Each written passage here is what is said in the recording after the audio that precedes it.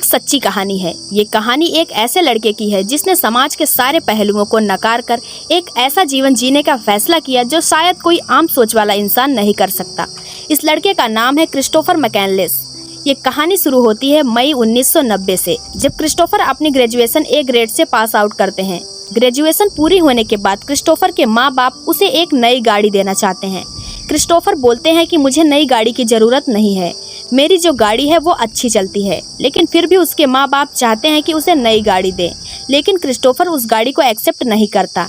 और इसके कुछ वक्त बाद वो अपने सारे आइडेंटिटी कार्ड, सारे डॉक्यूमेंट, सारे क्रेडिट कार्ड सब कुछ जला देता है और कुछ फाड़ देता है। उसके अकाउंट में $24,000 होते हैं जो कि उसकी पढ़ाई के लिए उसके माँ बाप ने जमा किया था। और वो सारे डॉलर्स को एक चैरिटी को दान करके अपना बैग उठाकर घर से निकल जाता है। किसी को नहीं पता है कि क्रिस्टोफर कहाँ जा रहा है, क्यों जा रहा है, बस क्रिस्टोफर को जाना है। दरअसल क्रिस्टोफर का दिल अपने माँ बाप के रिश्ते की वजह से, उनसे मिले कम प्यार की वजह से कहीं न कहीं इस दुनिया से भर चुका है। और इसलिए वो अपनी गाड़ी उठाता है और अपनी सारी पहचान को, अपनी पुरानी जिंदगी को पीछे छोड़कर किसी ऐसी जगह जाना चाहता है जहाँ उसके आसपास कोई न हो, जहाँ उसे कोई नहीं जानता हो। अब अपने सफर में निकलने के बाद वो रात को अपनी गाड़ी एक जगह पर पार्क करता है और वहाँ पे वो सो जाता है। और ये एरिया फ्लडेड एरिया होता है। रात को जब वो सो रहा होता है तो फ्लड आता है और उसकी गाड़ी उस फ्लड में फंस जाती है और उसे अपनी गाड़ी वहीं छोड़कर आगे सफर तय करना पड़ता है। लेकिन उस सफर में निकलने से पहले वो अपनी गाड़ी की नंबर प्लेट निकाल देता है ताकि कोई पहचान न पाए कि ये क्रिस्टोफर की गाड़ी है। और उसके पास जितने भी डॉलर होते हैं वो सब जला देता है। अब क्रिस्टोफर के पास कुछ भी नहीं है तो उसके सपने, उसका विजन और उसका एक बैग। उसके आगे के सफर में ये दिखाते हैं कि क्रिस्टोफर अब लिफ्ट मांगकर अपने आगे का सफर तय करता है, क्योंकि ना उसके पास गाड़ी है और ना पैसा। उसका जहां मन करता वहां सो जाता, जहां मन करता वहां जाता, मानो उसने इस पूरी दुनिया को अपना घर समझ लिया हो। और अब उसने अपना नाम भी बदल लिया। उसका नया नाम है अलेक्जेंडर सुपरट्रेम। और इसी सफर में उसकी एक कपल से मुलाकात होती है।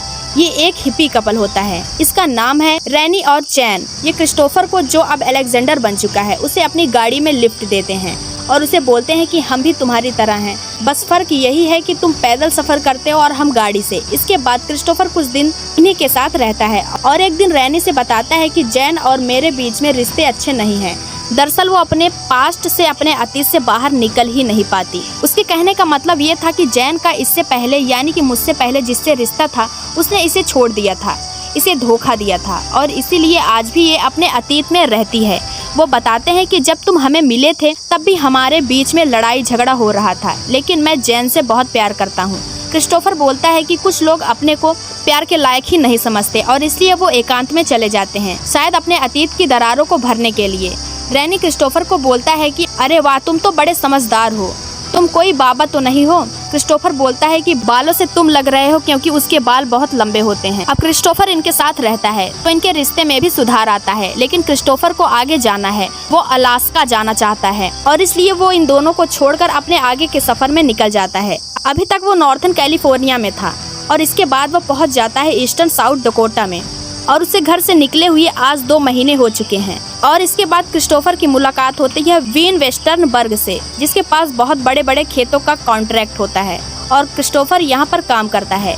वो बड़ी बड़ी मशीनों से फसल काटता है, गोदाम में काम करता है, लेकिन वो अपनी लाइफ की जर्नी को एंजॉय कर रहा होता है, क्योंकि वो जो भी कर रहा होता है अपनी मर्जी से कर रहा होता है। और यहीं पर वो वेस्टर्नबर्ग से एक गन की डिमांड करता है, क्योंकि उसे अलास्का जाना है, जो एक बीहड़ है। उसे अपने रक्षा करने के लिए, शिकार करने के लिए गन की जरूरत है और वेस्टर्नबर्ग उसे गन दिलवाता है। इसके बाद वेस्टर्नबर्ग को किसी वजह से पुलिस पकड़ लेती है और क्रिस्टोफर का वहाँ तक का सफर भी खत्म हो जाता है और यहाँ से क्रिस्टोफर आगे निकलता है। अब क्रिस्टोफर ये तय करता है कि वो कोलोराडो नदी को पार करेगा, लेकिन उस नदी को पार करने के लिए परमिशन की जरूरत होती है, जो क्रिस्टोफर के पास नहीं होती। और वो परमिशन लेने के लिए जाता है, लेकिन उसे परमिशन नहीं मिलती। वो बोलते हैं कि तुम अपना वेटिंग लिस्ट में नाम लिखवा दो और जब तुम्हारा नंबर आएगा तब तुम जा सकते हो।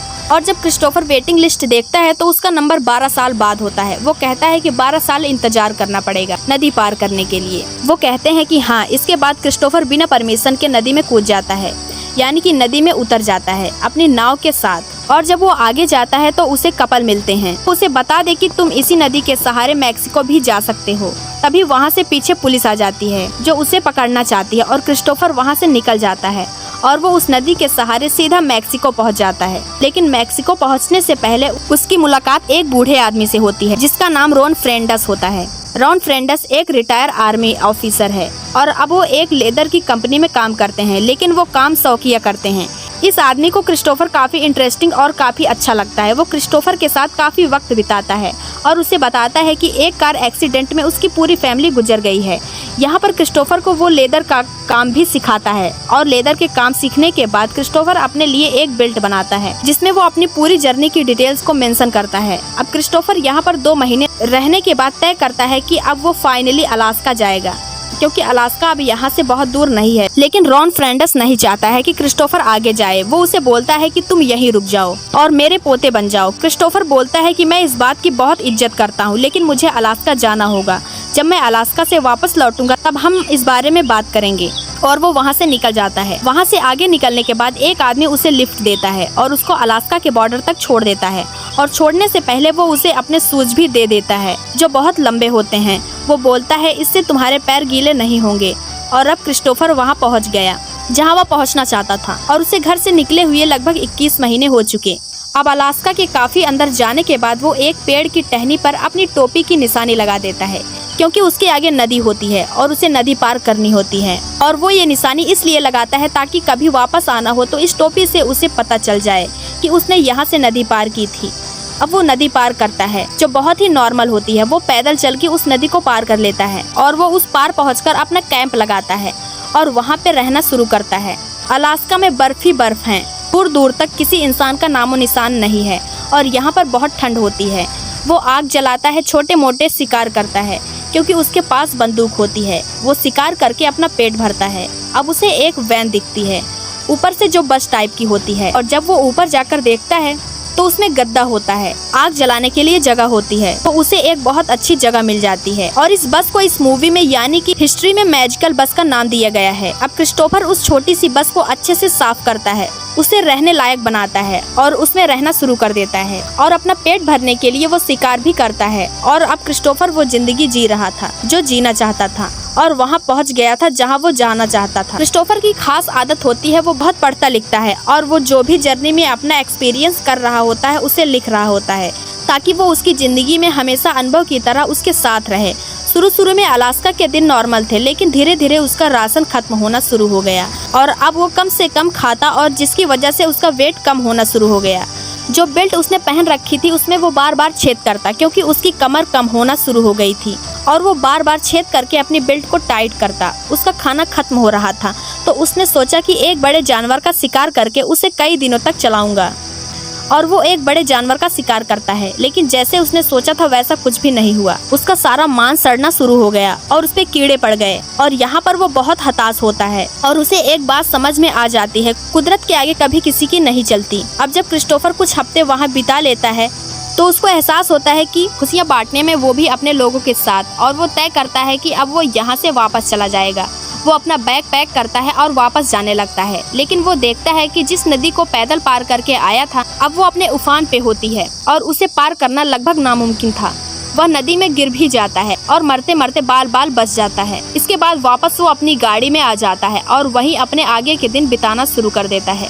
क्रिस्टोफर को कुछ हफ्ते हो चुके हैं, इसलिए उसका सारा राशन गोलियां खत्म हो चुकी है और अब उसके पास जंगली पेड़ पौधे और उनकी जड़ों को खाने के अलावा और कोई चारा नहीं है। उसके पास इसके लिए किताब भी होती है क्योंकि जंगल में आप हर एक पौधे को नहीं खा सकते। अब वो अपने लिए खाना अरेंज करना शुरू कर देता है और उसे एक पौधे में कंफ्यूजन हो जाता है। वो होता है वाइल्ड पोटैटो और वाइल्ड स्ट्रीट पी। दरअसल वो वाइल्ड स्ट्रीट पी की जगह वाइल्ड पोटैटो खा लेता है और उसकी बॉडी में पॉइजन फैल जाता है। उसकी बॉडी पहले ही कमजोर थी और अब पॉइजन फैलने के बाद उसके अंदर इतनी हिम्मत भी नहीं है कि वो अपने लिए खाना अरेंज कर सके। क्रिस्टोफर को इस बिहड़ में अलास्का में आज पूरे 100 दिन हो गए।